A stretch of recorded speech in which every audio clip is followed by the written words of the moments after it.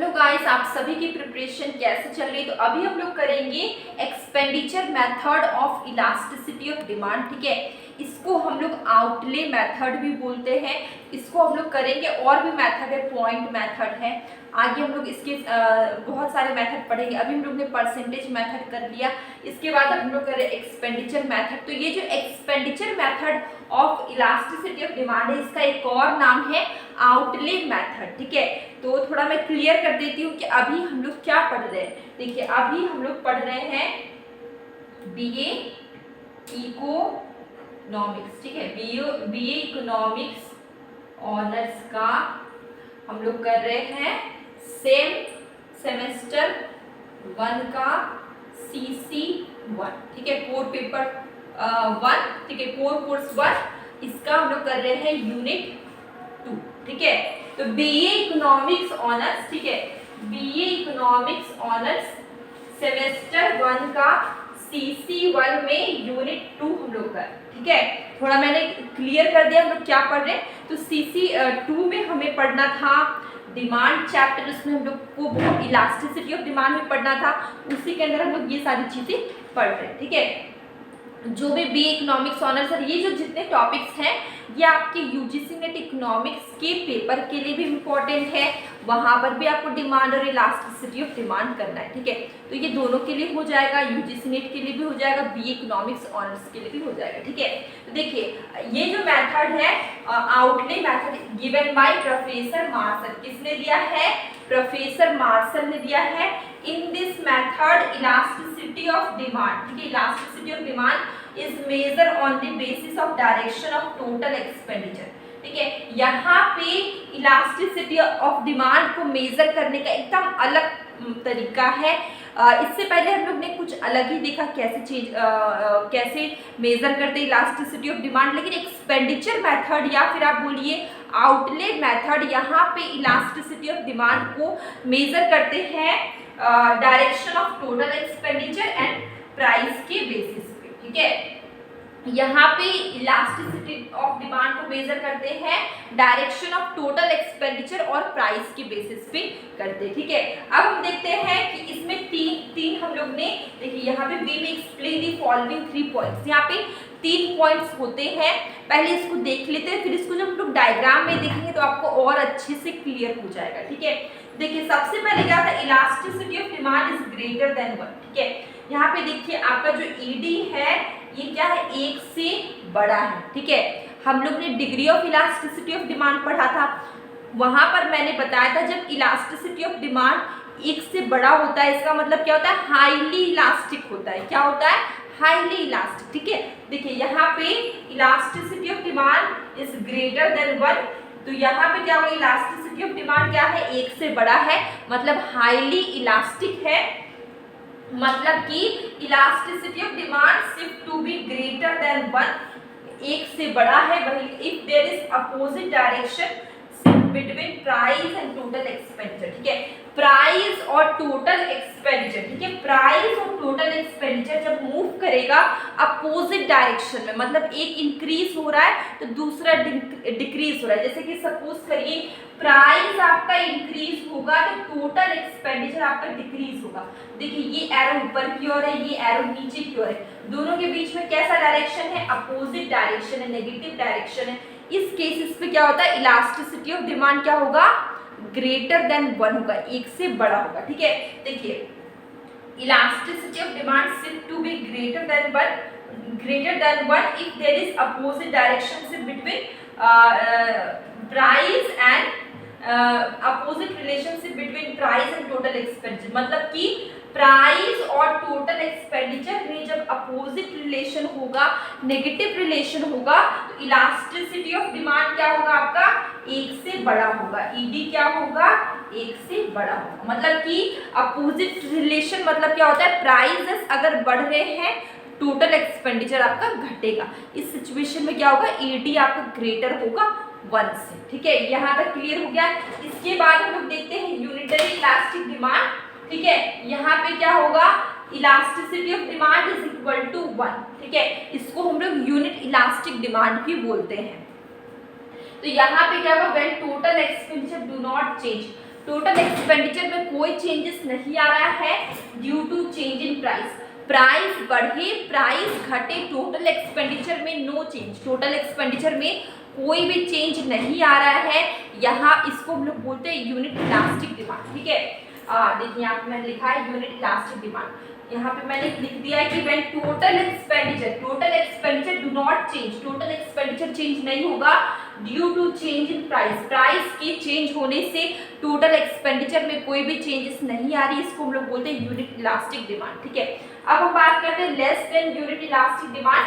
ठीक है, इसका मतलब क्या होगा, when there is direct relationship between price and total expenditure, मतलब कि अगर प्राइस बढ़ेगा टोटल एक्सपेंडिचर भी बढ़ रहा है। ठीक है, प्राइस घटेगा टोटल एक्सपेंडिचर भी घट रहा है, इसको हम लोग क्या बोलते हैं, लेस इलास्टिक डिमांड। ठीक है, यहाँ पे क्या हो रहा है, पॉजिटिव रिलेशन है प्राइस और टोटल एक्सपेंडिचर के बीच में। प्राइस बढ़ता है प्राइस बढ़ता है टोटल एक्सपेंडिचर भी बढ़ता है। ठीक है, प्राइस घटता है टोटल एक्सपेंडिचर भी घटता है, दोनों चेंज हो रहे लेकिन सेम डायरेक्शन में चेंज हो रहे।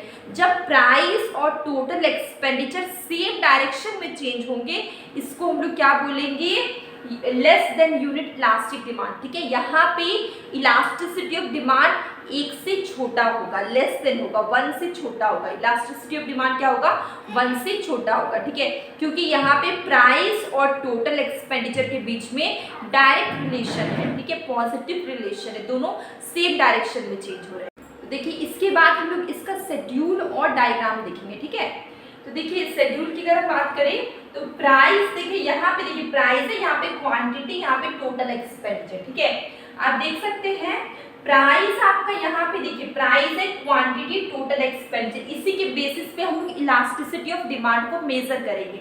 देखिए यहाँ पे देखिए ईडी, देखिए इलास्टिसिटी ऑफ डिमांड की बात करें, ये क्या है, बड़ा है 1 से। ठीक है, तो देखिए पहले क्या होगा, इनिशियली क्या होगा, प्राइस और क्वांटिटी डिमांड के बीच में शुरुआत में कैसा रिलेशन होगा, प्राइस और क्वांटिटी डिमांड के बीच में कैसा रिलेशन होगा, नेगेटिव रिलेशन होगा। प्राइसेस अगर बढ़ रहे हैं क्वांटिटी डिमांड घटेगा, प्राइसेस अगर गिरेंगे तो क्वांटिटी डिमांड आपका बढ़ेगा। इस सिचुएशन में क्या होगा, टोटल एक्सपेंडिचर, ठीक है, इस सिचुएशन में क्या होगा, आपका प्राइस बढ़ेंगे।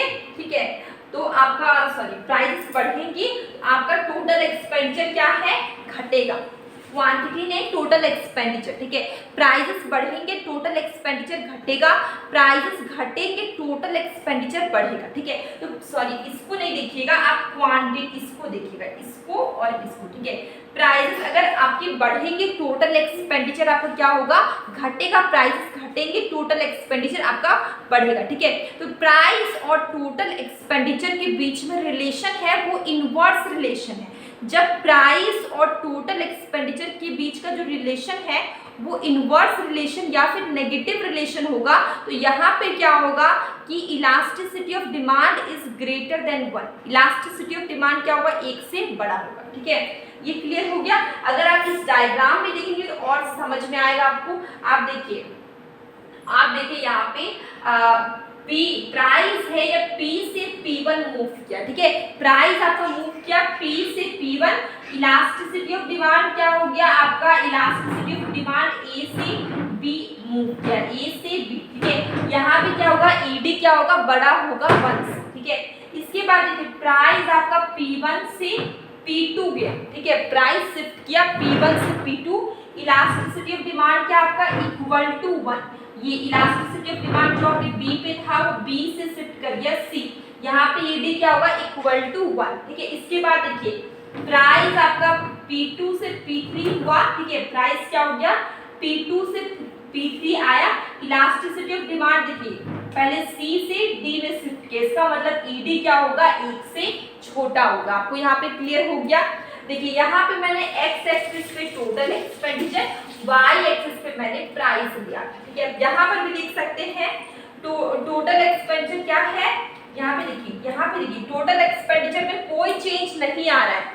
प्राइसेस अगर बढ़ेंगे तो भी टोटल एक्सपेंडिचर में कोई चेंज नहीं आ रहा है, मतलब ये क्या है, ED इज इक्वल टू 1। इसके ऊपर क्या है, ED ईडी क्या है, शुरुआत में क्या होगा, ईडी क्या होगा, 1 से बड़ा होगा। इसके बाद क्या होगा, ईडी 1 से छोटा होगा। ठीक है, तो आपको यहाँ पे समझ आ गया डायग्राम। डायग्राम में मैंने सिंपली दिया है, अगर प्राइस आपका P से P1 शिफ्ट करेगा तो इलास्टिसिटी ऑफ डिमांड A से B में मूव करेगा। ठीक है, मतलब यहाँ पे क्या होगा, ED आपका बड़ा होगा 1 से। ठीक है, अब आपका प्राइस P1 से P2 शिफ्ट करेगा, इलास्टिसिटी ऑफ डिमांड क्या होगा, B से C शिफ्ट करेगा, मतलब ED यहाँ पे क्या होगा, इक्वल टू 1, मतलब यूनिट इलास्टिक डिमांड। इसके बाद आपका प्राइस P2 से P3 शिफ्ट किया, इलास्टिसिटी ऑफ डिमांड क्या है, C से D गया। ठीक है, C से D शिफ्ट किया, मतलब यहाँ पे क्या होगा, इलास्टिसिटी ऑफ डिमांड 1 से छोटा होगा। इसी चीज को मैंने लिखा हुआ है, मैंने बहुत डिटेल से नहीं लिखा, ये 3 पॉइंट को भी आप लिख सकते हैं नीचे में कि प्राइस शिफ्ट करा है P से P1, तो आपका जो इलास्टिसिटी ऑफ डिमांड वो A से B शिफ्ट करेगा, तो यहाँ पे ED क्या होगा, बड़ा होगा 1 से, इलास्टिसिटी ऑफ डिमांड बड़ा होगा 1 से। P1 से P2 शिफ्ट करेगा, ठीक है, price elasticity of demand shift करेगा B से C, यहाँ पे ED इक्वल टू 1 होगा, मतलब यूनिट इलास्टिक। अगर प्राइस आपका P2 से P3 शिफ्ट किया है, इलास्टिसिटी ऑफ डिमांड क्या है, C से D शिफ्ट करेगा, यहाँ पे क्या होगा, इलास्टिसिटी ऑफ डिमांड क्या है, लेस देन 1, 1 से छोटा है। तो ये हमारा छोटा सा आउटले मेथड और एक्सपेंडिचर मेथड हम लोग ने किया इलास्टिसिटी ऑफ डिमांड में। तो ये बहुत सिंपल इजी था। अब इसके बाद हम लोग इसके आगे करेंगे। ठीक है, डेली शॉर्ट वीडियो में मैं क्वेश्चन पूछती हूँ, तो आप उसका आंसर ज़रूर करें। अगर आपको कोई भी डाउट हो प्लीज़ कमेंट बॉक्स में ज़रूर बताइए, और अब हम लोग मिलेंगे एक न्यू वीडियो में।